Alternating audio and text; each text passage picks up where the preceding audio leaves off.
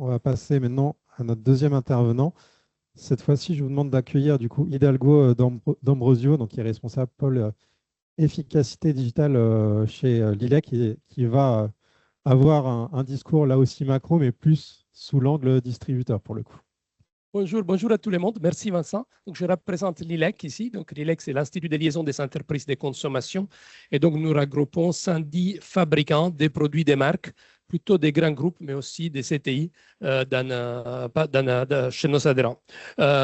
Merci Vincent de me donner la parole. Donc, Vincent m'a demandé de faire une petite rétrospective, en fait, un bilan de cette année qui vient de s'écouler, et puis, en fait, les perspectives des industriels, les partager avec vous sur l'année à venir, sur 2025.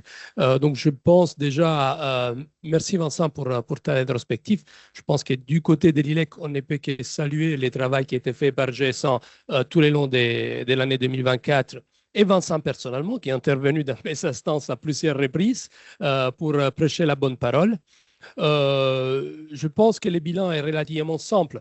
Avant 2024, tout le monde connaissait les QR codes, qui vous trouvez, les QR codes lambda qui maintenant est sur chaque table des restaurants. Peu de personnes pouvaient dire quelle était la différence entre un QR code quelconque et les QR codes augmentés des GS1. Je pense que le travail était formidable en termes de partage d'informations et d'acculturation au sein des entreprises, parce qu'aujourd'hui, parmi mes adhérents, tout le monde est bien au courant en quoi consistent les QR codes augmentés des GS1 et quelles sont les possibilités que ces dispositifs ouvrent pour aller plus loin en fait, dans la digitalisation du commerce. Donc ça, c'est absolument formidable. C'était une étape nécessaire. Maintenant, il faut quand même dire aussi que si on veut réaliser toutes ces possibilités, tous les boulots restent à faire. Pour être clair. Donc, il y a eu quand même 6 cas d'usage très structurants et très transformatifs qui ont été identifiés cette année, même en fin 2023. Moi, à force, maintenant, je les connais par cœur. Donc, sont avant tout la traçabilité, c'est sans doute les plus ambitieux. On a parlé à plusieurs reprises d'engagement consommateur. Il y a de fortes attentes sur des dispositifs pour faciliter les retraits-rappels et les rendre plus rapides et moins onéreux. Mais on a gardé évidemment toujours les passages en caisse, qui est quelque chose qui est dans les durs à horizon 2027, la logistique ou encore les produits à poids variable. Donc, beaucoup de sujets. J'ai eu la chance de commencer à partager avec un certain nombre de mes adhérents qui se sont penchés sur ces différents thèmes. Et aujourd'hui, l'idée vraiment est de passer de l'information d'une phase dans laquelle on s'informe à une phase dans laquelle on commence vraiment à se renseigner. C'est un peu différent. On commence vraiment à réfléchir plus en termes de qu'est-ce qu'il faut faire et qu'est-ce qu'il faut apprendre pour mettre en pratique à terme ces différents cas d'usage. Donc, j'ai eu la chance de pouvoir recenser un certain nombre de besoins déjà avec mes adhérents. J'avais pensé de partager une partie de ça avec vous ce matin, assez rapidement, assez succinctement. C'est très frais, donc il va falloir qu'on se repose, qu'on valide ces enseignements encore. Mais néanmoins, il y a des choses qui commencent à émerger. Donc, à commencer par les cas d'usage de la traçabilité. Donc, on a eu un fantastique événement GS1 la semaine dernière au Centre Pompidou. Donc, les QR codes, ça sera absolument un dispositif essentiel à la transformation, au passage de l'économie linéaire à l'économie circulaire. Donc, il y a des énormes enjeux économiques et sociétals même. Mais évidemment, c'est un énorme chantier pour lequel tout reste encore à faire. Hein, Vincent, tu seras d'accord avec moi. Et la question qu'on se pose aujourd'hui, c'est vraiment, on peut la résumer, comment on peut développer un standard de communication pour transmettre des informations fiables et à la bonne vitesse qui permettent effectivement d'avoir un traitement exhaustif du sujet de la traçabilité. Donc, déjà, de quelles informations on parle, parce que ça va être assez resserré. Est-ce qu'on parle simplement d'une DLUO ou d'un numéro de lot ou beaucoup plus vaste? Je pense que les attentes sont quand même qu'on part sur quelque chose d'un peu plus élargi que ça. Est-ce qu'on se limite à des informations réglementaires ou on va au-delà? Et après, sur quel système on les échange, avec quelle fiabilité, avec quel système de partage d'informations et avec quel process, en fait, après, quelle procédure des standards de traitement de tout ça. Donc, c'est un énorme chantier. Je pense que s'attaquer à ça, c'est un peu s'attaquer à l'Everest face nord. Mais bien, il faudra bien commencer un jour. Et donc, on est convaincu que fait, l'incrémentalité en fait, des petits pas nous permettra petit à petit de franchir ces différentes étapes. Donc l'année 2025 est voilà, une année sur laquelle il sera intéressant de commencer ensemble avec un distributeur industriel et apporteur de solutions à commencer à réfléchir à toutes ces différentes questions.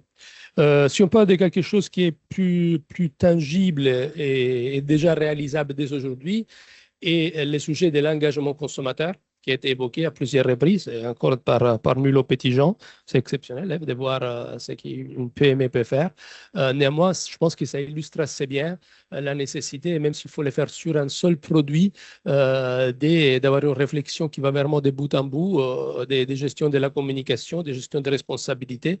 Et la vraie question qu'on se pose aujourd'hui est de se dire, est-ce que les QR codes augmentés des G100 est plutôt un support d'engagement consommateur type marketing, entre guillemets, ou est-ce que c'est vraiment un support qui est intéressant comme un partage d'informations réglementaires ou des sujets qui sont d'intérêt consommateur général encadrés par la réglementation. Donc, on a énormément de réglementations, énormément de choses qu'il faut dire aujourd'hui sur des étiquettes produits. Ça ne tient plus sur une étiquette physique. Donc, effectivement, les QR codes augmentés, ça représente un excellent outil en fait, d'élargir cette étiquette à l'infini pour pouvoir y inclure toutes les informations, ANCO, AGEC, toutes les réglementations à venir.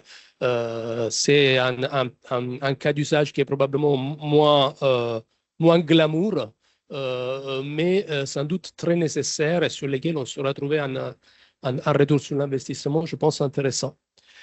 Et puis, le troisième sujet que je voulais évoquer est celui du retrait-rappel, parce que donc, Émilie vient d'en parler.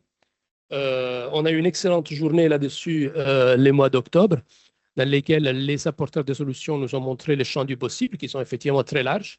Mais bon, il y a quand même des solutions de préimpression, il y a des solutions d'impression en ligne. Il n'y a pas beaucoup d'industriels qui sont très avancés, à ma connaissance, encore dans tous ces tests, mais il y en a quand même qui ont commencé à tester des choses. Et en fait, ce qu'on peut dire d'ores et déjà, c'est que c'est des investissements très importants, qui se chiffrent en des millions, voire des dizaines de millions. C'est vraiment pas anodin. Ça a des impacts sur les cadences de production. Donc, il y a quand même des coûts opérationnels qui risquent d'être importants aussi.